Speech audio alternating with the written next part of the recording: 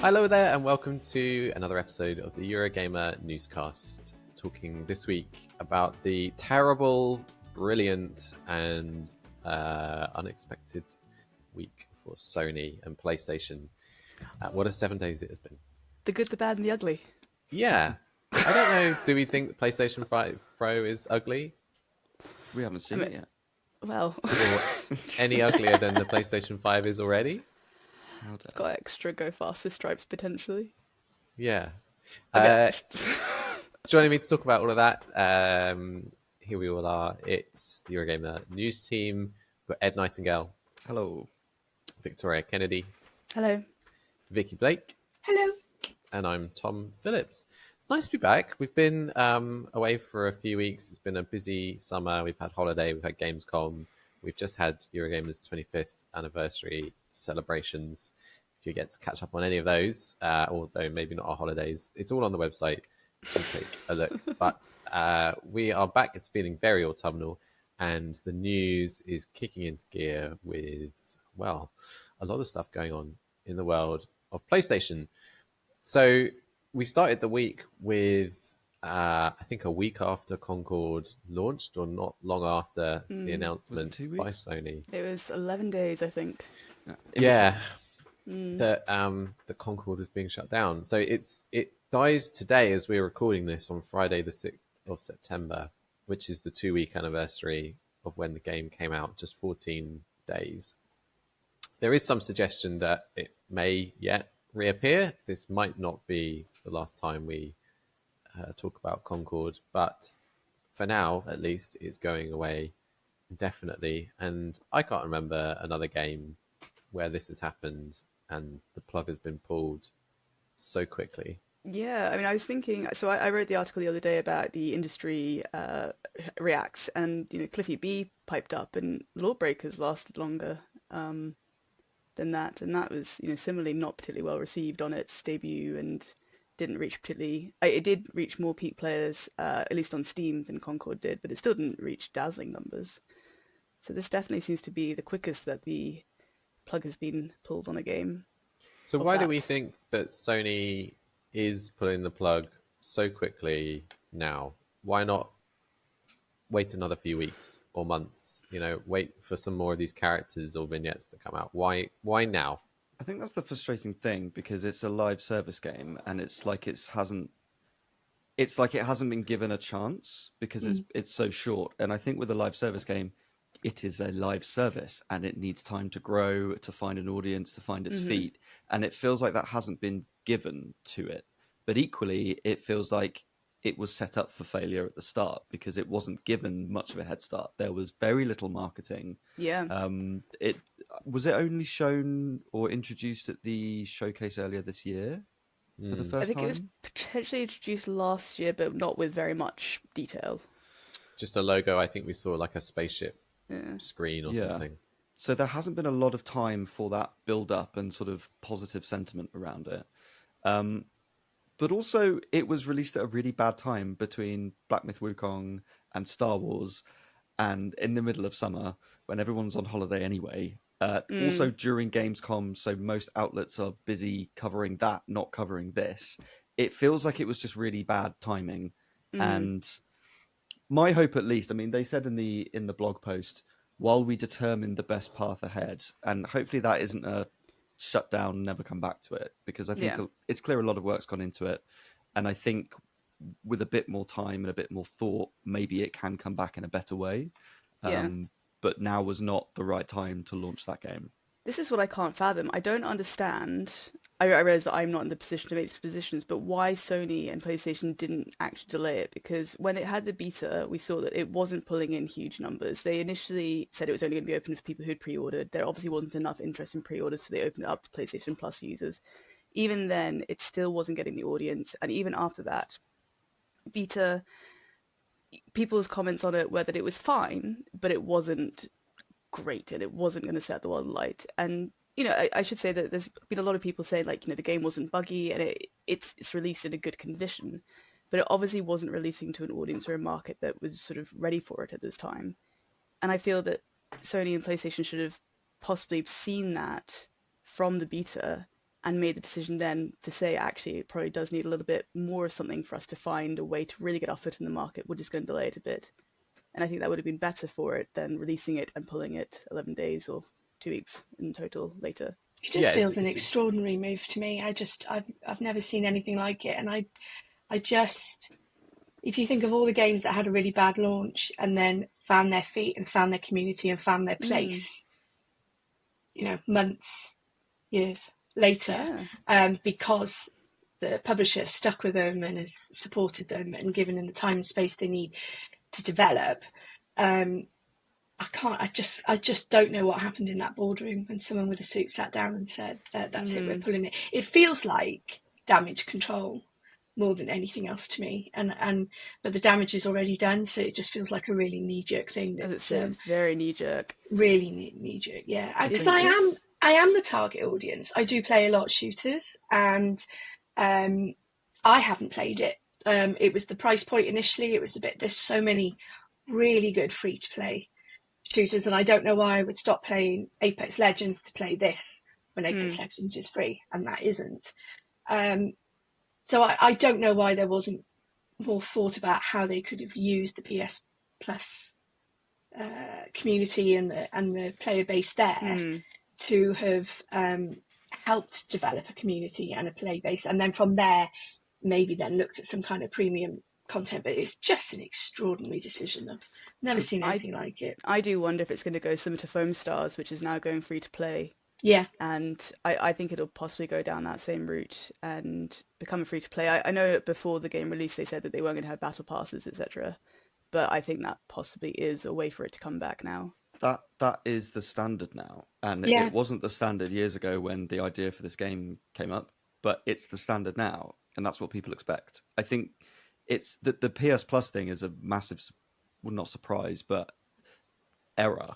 Like it's, you know, PS Plus is a tool to be used, and you've got people there who are subscribing to this subscription platform that are there ready, primed for this kind of game, and immediately is going to get you an audience without people then needing to get over that barrier of buying it. The whole thing sort of strikes me as Sony are desperate to get into live service games, but haven't really thought how. Yeah. And so they've made a lot of errors, and I think are expecting immediate results in the way that they would do with a single player game where people do buy it at launch at full price. And that's just not how a live service game works. And it just seems like a misunderstanding of that and a lack of using the tools at their discretion that they have. Yeah. Yeah. The trouble is, if they put it if they put it free to play like Foam Stars, then it suddenly competes with all of the free to play stuff that's out there already, which is presumably why they didn't put it free to play to start with, because they wanted to differentiate it with the things like Foam Stars that are out there and say, no, there's been money put behind this, quality.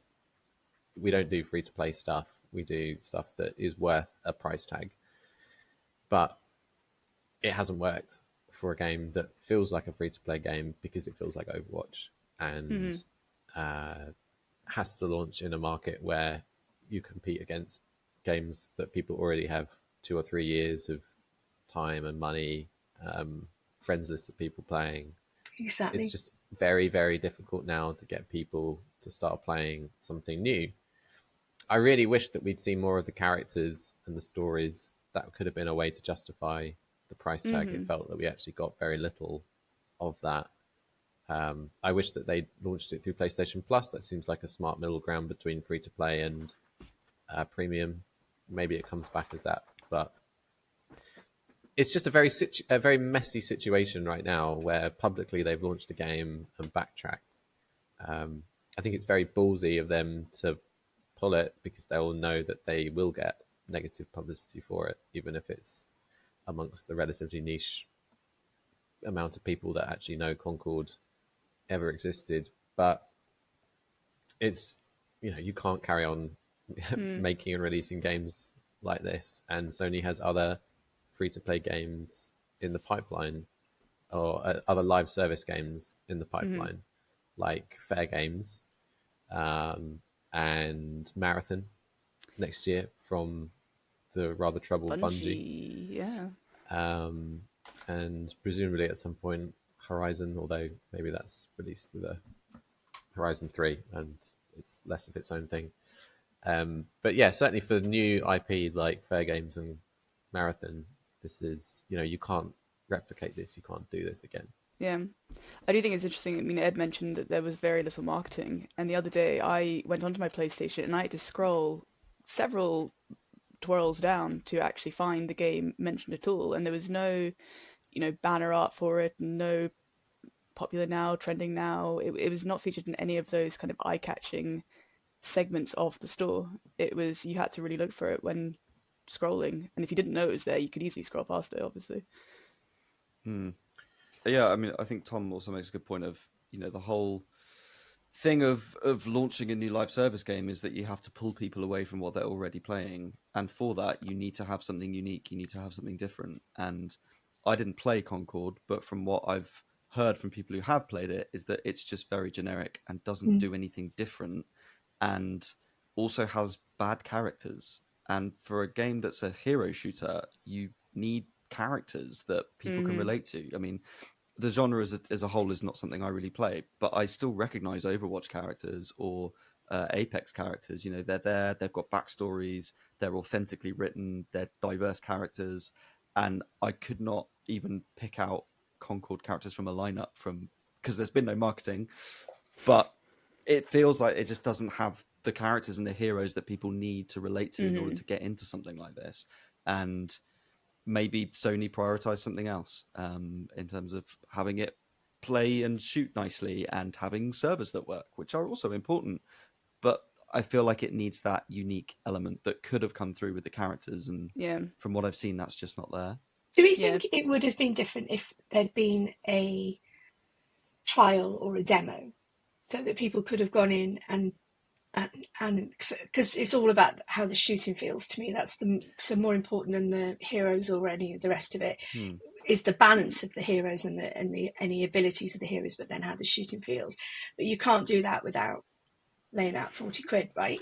They should have had the beta that happened should have been public. Yeah. I think the thinking was people will buy the game, pre-order the game. We should encourage as many pre-orders as possible to play the beta, which is just backwards thinking to me.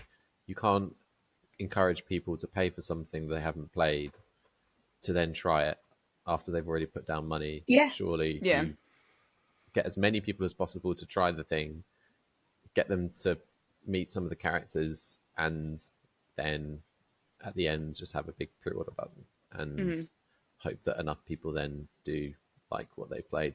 Got maybe it speaks, moment.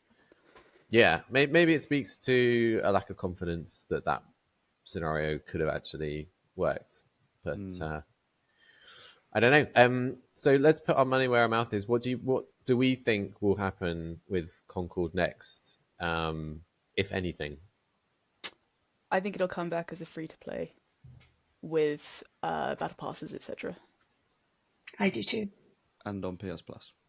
Yeah. I think I'm going to say that it won't come back. I'm going to say that they'll think about it for a while, and then I don't know if you remember Anthem, which didn't get pulled, but they did say that they were going to do more work on it, and they got to a point where they just thought the audience has moved on, time has moved on. Because it's popping up on eBay now, isn't it, for like hundreds of pounds, thousands in some instances. Collector's item now. Yes, it's the new ET. Yeah. And I wonder how many people have got the platinum trophy in the last week. Yeah. It's nice that they have that free time. Yeah. Yeah, lucky them. So good for you. Just by jumping off. In the day. Yeah, just jumping off the side of the map, isn't it? To get one. Yeah. Do you think that Sony, knowing that this was going to create quite a negative response, them having to do this, and also they're doing something which damages the PlayStation brand, do you think that they felt more emboldened to do this because they knew they had an ace in their pocket I was gonna say, in the shape yes. of Astro Bot. The timing of that is like we can get rid of this before anyone's really heard of it, and then overshadow it with Astro Bot and have a great time. It's the I same think day. people only everything. know about Concord because of this news, not because it was released. Yep. I've seen a few people in the comments being like, it's kind of made me want to play it more now because I'm curious, because what was it like? No, I think the fact that Astro Bot is releasing today, and today is the day that Concord is being pulled for an indefinite period of time, is no coincidence. Yeah. And if you see how Astro Bot has been marketed and pushed, it's quite a different story. Yeah, exactly. Yeah. That's on buses, it's everywhere. Mm-hmm. There's a whole train and that's what in Concord Japan. deserved. Yeah. Yeah, it's quite a remarkable two very different games, but from the same platform, and very different reactions and approaches to how it has been marketed and subsequently delivered. So I'm very excited about Astro Bot, I should say. A lot of people are. Yeah. Yep. Eurogamer gave it a 5-star review. It seems already to have become pretty beloved. There was those clips last night of people rushing around ready for the midnight launch in game, and a lot of love being shared for it. Yeah, I do find Sony it have a hit on their hands.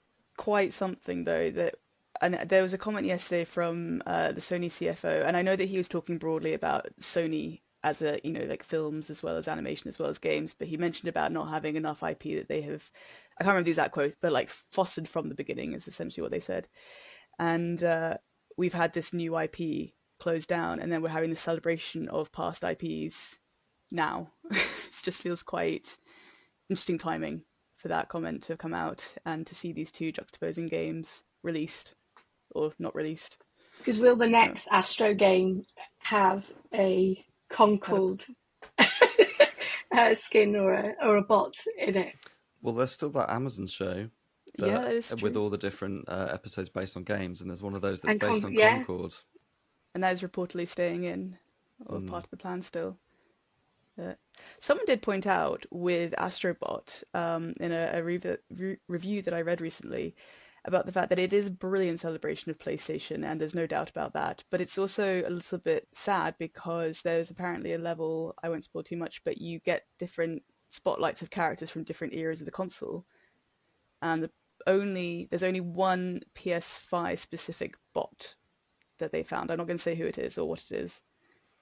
But apparently there's only one from this generation of console that is unique to this console, I should say, or this generation in the game. I mean, I will say, just to counter the Astro Bot bit a little bit, from the short amount that I played last night, it's a celebration of PlayStation, and there are lots of characters, but not many of those were created by Sony. That's true, yeah. So it's things Right. like, oh, here's the Metal Gear characters. It's like, well, that's Konami. It's just that people associate it with the PlayStation 1. Yeah, true. So Sony themselves haven't made that many characters. That's fair. They've just bought a few over the years, Yep. or Persona acquired pops them up. somehow. I This do is like the that we have problem. Crash in there, though. I like that Activision's Crash Bandicoot's in there. So they got Microsoft's Crash Bandicoot, Snake off Super Smash Brothers, and That's what he's famous for. one character from the who's the character from the PS5 era? I don't want to spoil it in case someone still hasn't played, or I mean, many people haven't played. I'll text you. Oh, for goodness sake. I don't want to spoil for anyone who's still to play the game, which is also me. I've not played yet. I'm playing this evening with my kids. Well, then you spoiled it for yourself. That's part of the games journalism side of things, I think, though. I like to be informed. I think the guy is right. I can't remember his name now. Sony man is correct. Sony doesn't have the wealth of IP that Nintendo has, and has always struggled. I remember PlayStation All Stars Battle Royale, Sony's attempt at ripping off Super Smash Brothers, and that was just full of third-party characters. Now, admittedly, Smash is also now part of full of third-party characters as well, but Nintendo has that base library of franchises and IP that I think Sony still wishes that it could have, and it's really centered in on the ones that it has that are successful this generation. So you've seen God of War, more God of War, Horizon, more Horizon, and Last of Us. Well, more ports of The Last of Us. And Uncharted. Gotta get has my there boy been an Nate in there. Uncharted port this generation? Well, they did the Legacy of Thieves collection, I so it was the suppose. last 2 games with Chloe Fraser and Nathan Drake. Yeah. Well, maybe Fair Games will be the next new Sony IP that gets an Astro Bot skin next time around. Well, hopefully they've learned from Concord, and hopefully Bungie have had the input that they were bought for. Well, yeah, I mean, they helped with the Last of Us one, which didn't come out in the end because Bungie said it wasn't going to. Well, was there not reports that Bungie, when it was still in development, said it wasn't living up to what it should be, and then eventually, obviously, they scrapped that altogether. So maybe Bungie is learning and listening and helping, and Marathon will be. A less charitable perspective would be Bungie's contributed to 2 live service multiplayer games that have gone now. Yeah. Well, And it's, With its own pretty troubles. much the end of Destiny as well at the moment. It feels like. Yes. And there was that cancelled Destiny spin-off as well. Yes. Well, we should, before we wrap up, mention one other PlayStation launch that is coming very soon, which is PS5 Pro, which Sony now seemingly are happy for us all to see the design of.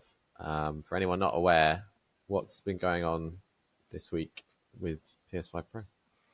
Well, it leaked, or has seemingly leaked, thanks to Bilbil Kun, who wasn't able to put a photo of the console, but has drawn a picture to let people know what it looks like.